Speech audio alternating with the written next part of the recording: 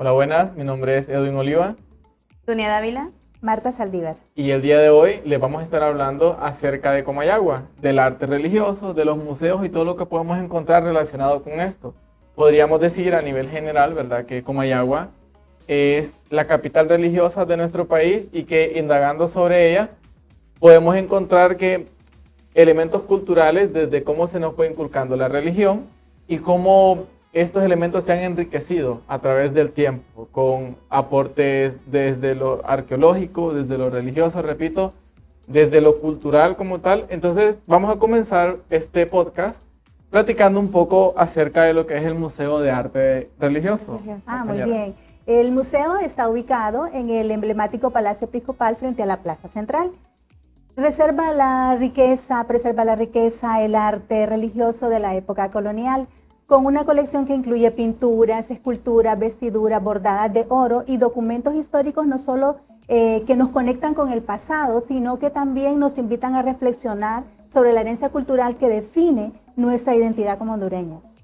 También, esto está ubicado cerca de la Casa Cural, como unos 50 metros al sur de la Catedral del Palacio Episcopal, en la ciudad de Comayagua, como ya se había mencionado anteriormente.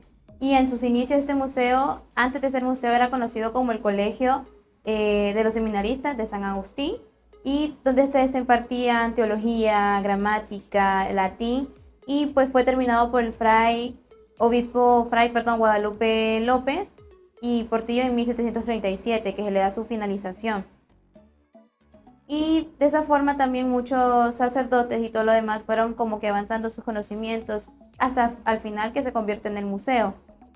Interesante del museo, cuando estuvimos visitándolo, diríamos, ustedes lo acaban de mencionar, trajes hechos con oro, que es algo espectacular, ver cómo el ingenio humano, la elegancia de alguna manera, la destreza de las manos que hicieron esos trajes y sobre todo lo que llega a representar a nivel cultural, digamos, lo que es la iglesia, pero sobre todo lo que fue para aquel momento, la grandeza que tenían, el poder que tenían, y creo que es algo que podemos visualizar muy bien en este museo, que tenemos arte que tiene que ver con imágenes religiosas, que tiene que ver con frailes, mencionábamos, que luego se fueron canonizados y son vistos como santos. Ok, Edwin, así como usted dice que nos admiramos viendo lo que encontramos en el museo, también es una lástima. En el año 2013 los delincuentes asaltaron el Museo de Arte Religioso Colonial, donde se llevaron antiguas reliquias religiosas.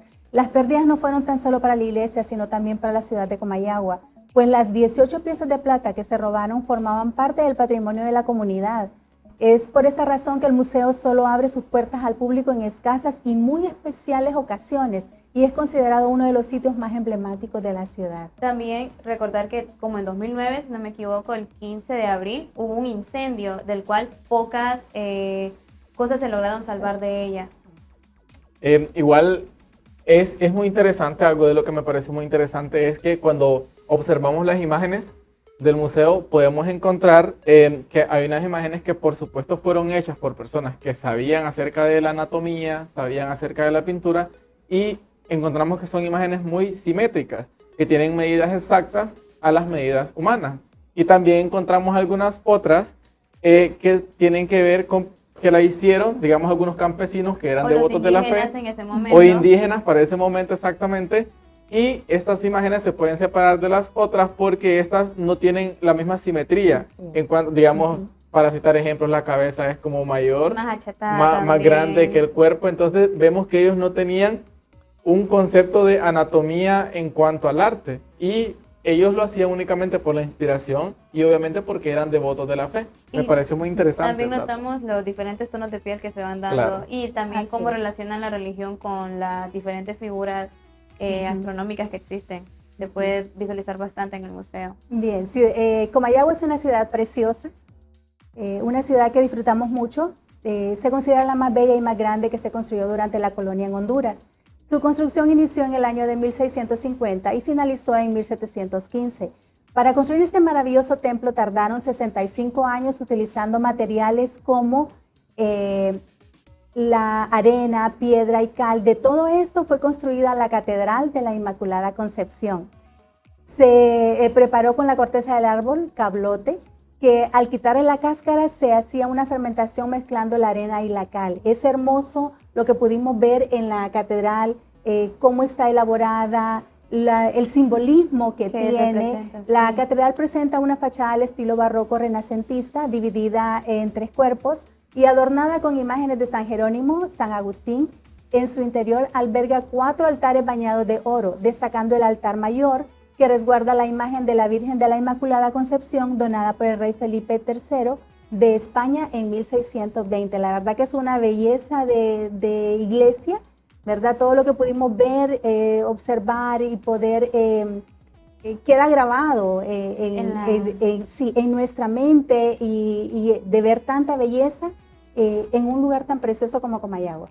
Sí, y también que está bañado en oro, porque es esta roble, ¿no? Lo que está como parte de la iglesia. Lo que me llamó también poderosísimamente la atención, bueno, además de que el altar bañado de oro, que no es algo que es común de ver para nuestro tiempo, porque, a ver, el oro sí es un elemento muy valioso, por supuesto, pero digamos que ya no está tan presente ese elemento de que le dé estatus a las personas como para ese momento.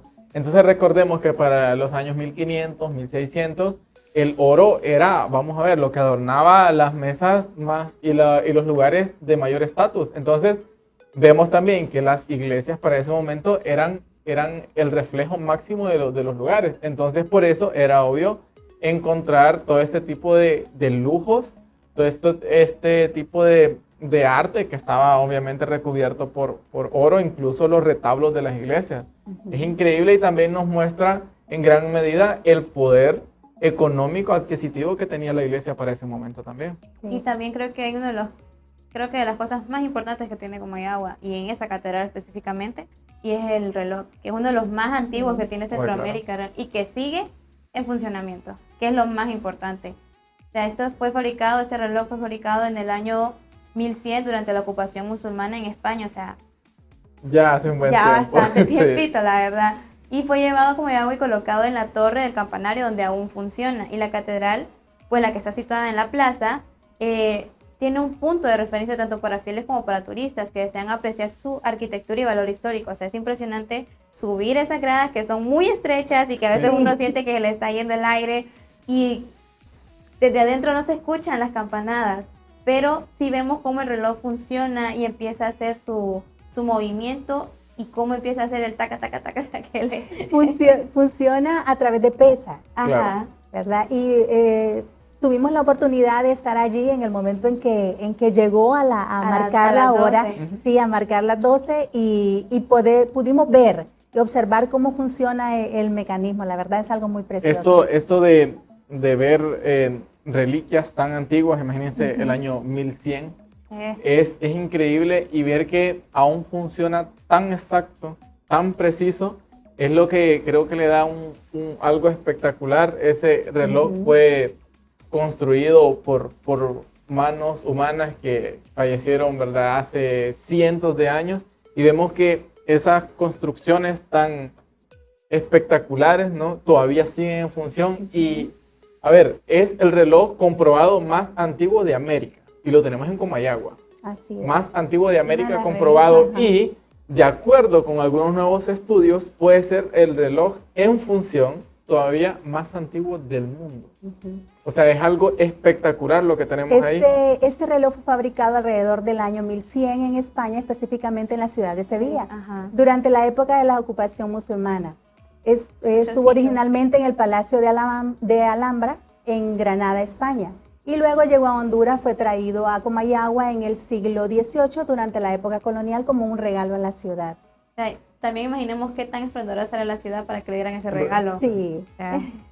Cuando pensamos en Comayagua a nivel general, salvando muchas distancias, pero muchas distancias, diríamos que es como el Vaticano hondureño. Vamos a ver. Podemos decirlo a ver, salvando todas las distancias que existen, ¿verdad? Muchas. Pero digamos que lo que más se le asemejaría en cuanto a grandeza religiosa. Un dato interesante es que ese precioso reloj fue instalado en primer lugar en la iglesia La Merced, y luego se trasladó a la catedral, donde ahora lo podemos observar. La verdad que es una joya de la ingeniería medieval y un símbolo de legado histórico entre España y Honduras. Sí, realmente se puede notar.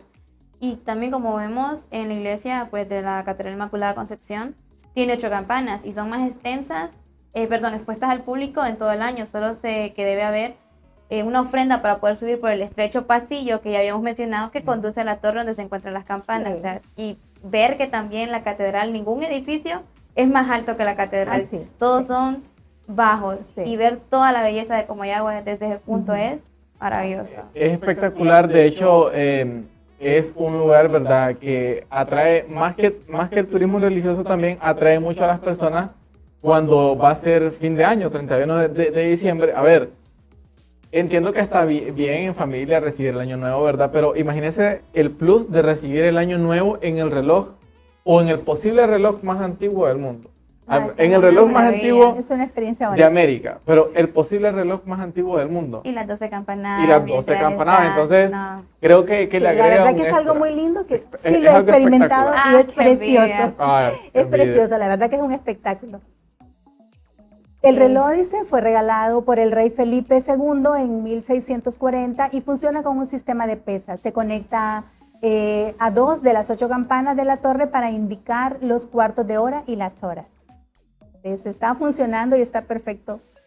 Me, hasta la me fecha. interesa mucho el mantenimiento que tiene. Porque vean, el reloj, al ser tan antiguo, obviamente ha pasado por un proceso de deterioro, pero cuando estamos ahí es que está tan bien calibrado, o sea, capaz de calcular cuartos de hora, que o sea, cada 15 minutos y también una hora con exactitud, pero puntería exacta, ¿no? Eso es lo que le agrega todavía un extra al reloj. Ujú.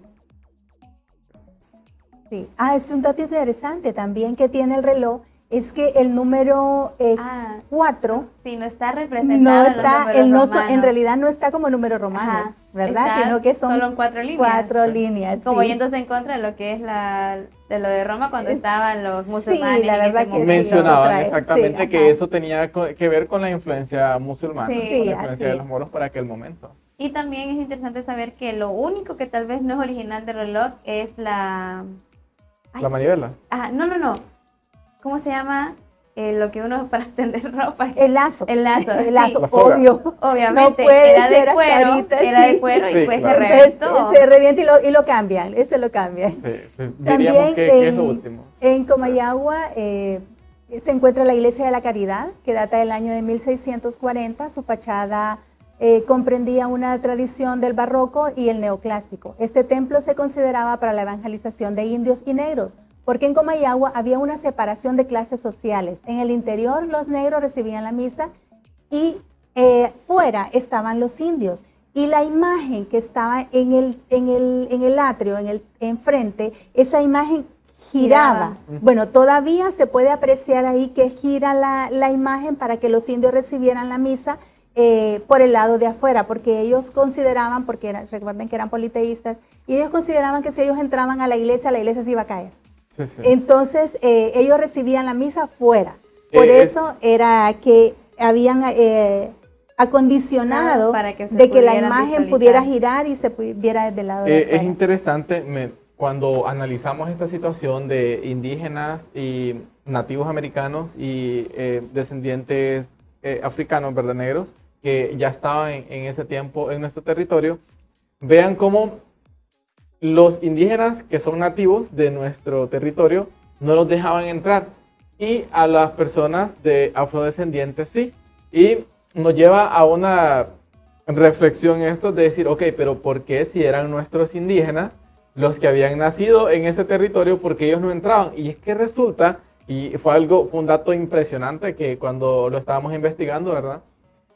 Esto se da porque los indígenas ofrecían mucha resistencia a la doctrina religiosa Sí, que se les así estaba es. imponiendo para ese momento. Sí. Entonces, recordemos que nuestra civilización, ¿verdad? Nuestros antepasados tenían arraigos religiosos muy profundos, muy fuertes. Sí. Entonces, el dominio religioso de ellos fue diferente. Y entonces a ellos costó meterlos a la religión que era para ese momento, obviamente, la religión cristiana que fue impuesta. Entonces, como costó tanto, esta resistencia hizo que algunos lo vieran con malos ojos, digamos, y no los dejasen entrar de lleno a las iglesias. También, claro, hablemos de que el negro en este momento, o sea, el descendiente el afrodescendiente, para él era más fácil decirle sí al amo Claro. que desobedecerlo, porque si lo desobedecía iba a ir un castigo. Claro, y aunado a eso, como les mencionaba anteriormente, la resistencia indígena que fue tan profunda, Sí. que costó tanto, digamos, que se desarraigara de sus propias creencias, tanto así que incluso la Iglesia Católica tuvo que hacer ciertas reformas, lo que luego conoceríamos como sincretismos, Ajá. ¿no? Para que ellos pudieran entrar de lleno a lo que es la religión. Y vean, Comayagua es tan rica, Comayagua es tan espectacular en todos los sentidos, y me lleva a la iglesia más antigua que tenemos en Comayagua, y esa es la iglesia de la Merced, que se le conoce como la iglesia de la Merced, pero que su primer nombre fue la iglesia de la Inmaculada Concepción. Me parece interesante, ¿verdad? Esta iglesia fue construida justamente en 1550. Me suena la fecha porque es la fecha aproximada de que en ese tiempo comenzó la verdadera colonia española. En Honduras, Ya sí. había pasado, por supuesto, todo el proceso de conquista, todo el proceso de invasión, si lo queremos llamar, Sí. y ya comenzaba el proceso de colonización como tal. Entonces, Alonso de Cáceres llega en 1537 a Comayagua, y él se instala, se dice, ¿verdad?, de acuerdo con la historia, llega con un traje de guerrero, se instala entonces en lo que hoy conocemos como Plaza La Merced, que está justo enfrente de la iglesia de la Merced. Y él declara este territorio que geográficamente, al ser un valle tan fértil y en la ubicación en la que se encuentra, era de mucho interés para la corona española. Entonces él reclama el territorio como herencia o como patrimonio de la corona española. Y entonces, posteriormente a eso, en 1550, entonces fundan la iglesia Inmaculada Concepción, que posteriormente se pasó a llamar La Merced, porque a la par se asentaba, tenían sus centros de reunión los mercedarios, que Sí, eran los mercedarios. una orden religiosa, tanto como los jesuitas, como Sí, los franciscanos, franciscanos. etc. Entonces, las personas decían, vamos Donde los mercedarios. donde los mercedarios. Luego, con el tiempo, lo fueron acortando hasta vamos a la Merced. Entonces, de ahí la iglesia tiene el nombre, Ajá. la Merced. También otro dato interesante, vean que es espectacular, porque enfrente de la iglesia de la Merced también está la Plaza La Merced. Y en la Plaza La Merced hay algo llamado por los locales equivocadamente la Picota. Ajá. Pero en realidad es Es el un monumento, obelisco. Un o obelisco obelisco. o el monumento a la Constitución Sí. de 1812, Sí, ¿verdad? ajá. Me parece interesante porque, por una parte, la iglesia que está enfrente representa exactamente el año o el inicio de la conquista, de la colonia, perdón, Y luego y está luego el monumento que es como representa el el cambio. ocaso. Ajá, que representa el cambio que se da. Exactamente, es como el ocaso del dominio colonial en nuestro territorio. Entonces, el contexto, ¿verdad?, de este obelisco o monumento a la Constitución es que en Europa, especialmente en España, estaba pasando un fenómeno que, por ejemplo, las tropas napoleónicas habían invadido España. Estamos hablando de 1808, perdón, 808 aproximadamente, habían invadido España. Entonces, cuando invaden España, los locales españoles, ¿verdad?, habían opuesto resistencia. Esta resistencia obviamente era armada, pues Napoleón Bonaparte había secuestrado a su rey y había impuesto a su hermano José Bonaparte como el rey de lo que en ese momento era España. Entonces resulta que en una isla llamada Cádiz era el último bastión, como el lugar que Napoleón no había terminado de llegar, y se crea una junta a la cual convocan a las personas y crean Ajá. las Cortes de Cádiz, en la cual crean una constitución. Y es por eso que el obelisco fue levantado en honor a esa Ajá, corte la- de Cádiz. sí. Y también vean que otra posible versión es que este obelisco, esta construcción fue mandada a hacer por Fernando VII. Justo él él vuelve a recibir el poder ya como heredero, ¿verdad?, en 1814. Entonces también hay otra versión que dice que él envía Que se construya. a que se construyan Sí. estos monumentos en varias de las ciudades más importantes de América para reconocer el poderío español que había vuelto a En surgir para ese momento. Así es. Entonces, ese es el contexto, ¿verdad? Ujú. Histórico de esto que llamamos el obelisco o mal llamada la picota, ¿verdad? Que se le llama así porque Sí. en algún momento también la plaza sirvió como un centro de ahorcamiento, Bueno, sí. donde presuntamente la Inquisición, ¿verdad? Sí, Ya lo ahí conocemos como presuntamente la Bueno. Inquisición, condenaba a personas, ¿verdad? Además de las iglesias de las que hemos hablado, también visitamos los museos y uno de ellos fue donde se encuentra la casa del capitán José Santos Guardiola, que fue el 5º presidente de la República. En esa casa vivió y murió. Ahí pudimos observar muchos objetos que él utilizó. Fue algo muy interesante y muy, muy bonito. También después de ahí visitamos la iglesia que se encuentra en una colina. Hermoso, Sí, espectacular. tiene una vista hermosa, que es en la iglesia de San Sebastián, la cual esta iglesia hay algo bien importante que nosotros, bueno, entramos a la iglesia y estuvimos ahí en la misa, más que todo para poder observar, ¿verdad?, dónde está la tumba de nuestro, bueno, expresidente, sí, pero prócer, ¿verdad? Ese caballero, ¿cómo le llamaban? Caballero sin tacha, sin tacha, ¿verdad? El presidente José Trinidad Cabañas, ¿verdad? Que un hombre digno de admirar, su vida fue un ejemplo para todos los hondureños, y yo creo que también como para todos los presidentes, ¿verdad? Un hombre que al finalizar su mandato, él renunció a ese salario que se les da a los presidentes, a esa vitalicio, porque se les da, pero él renunció a eso y fue un hombre que vivió de cortar y vender leña.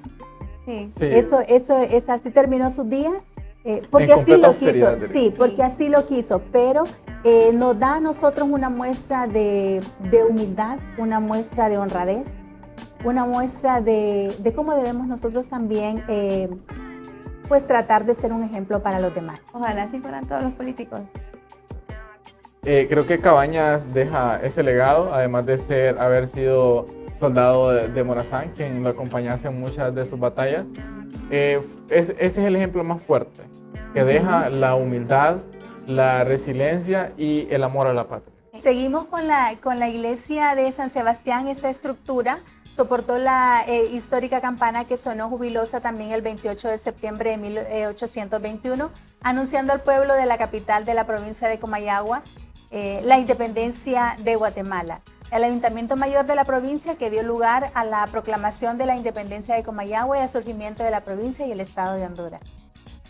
En la época independentista, la campana se encontraba en el costado oeste del balcón del Ayuntamiento Mayor, hoy convertido en el Palacio Municipal de Comayagua. La campana fue fundada en el año de 1811 en la antigua ciudad amurallada de Toledo, en España, caracterizada por la convergencia de monumentos medievales árabes, judíos y cristianos. Lo que mencionábamos acerca de los números que se encontraban en el reloj, que tienen una influencia directa de los musulmanes. De los musulmanes. El reloj ya hablamos muy bien. Profundamente, sí. Y también se dice que fue repartido como un motín de guerra, lo que fue el reloj a final de cuentas. Sí, esa es la forma, de hecho, en la que llega, además de hecho como un regalo, ¿verdad? Esa es la forma en la que es repartido. Bien, tenemos también ahí frente al parque el edificio de lo que hoy alberga la alcaldía municipal como parte también del programa para el rescate del centro histórico de Comayagua. Debido a su importancia histórica, en vista de haber servido de residencia al prócer nacional, el general José Trinidad Cabañas Friallos, quien también fue presidente de Honduras en 1552 a 1555, porque en el museo también lleva su nombre. Sí, de hecho ahí está intacto. Algo interesante sobre todos estos lugares que estamos hablando es que conservan su estructura colonial. Sí, la conservan intacta, se ha hecho las menos reparaciones posibles, entonces podríamos decir que se encuentra casi en estado puro como fue construido para ese momento. Así es. Sí. También hay una sala de Federación General llamada José Francisco Morazán Quesada, que enfatiza la historia de Honduras en el periodo de la independencia y de la Federación Centroamericana, con sus principales protagonistas, siendo además un breve antecedente del periodo precolombino, el descubrimiento de América, la conquista y la colonización. Algo que tal vez aquí en la universidad hemos querido intentar y que pues tal vez no nos ha salido del todo igual, pero sí tenemos el ejemplo de lo que podemos hacer. También fue construida en 1580 y esta ya sí es la iglesia, es donde ya asistían los indios y los negros de la zona del sur del municipio, y es donde se encuentra la tumba del general José Trinidad Cabañas, que ya lo estábamos mencionando anteriormente. Así es.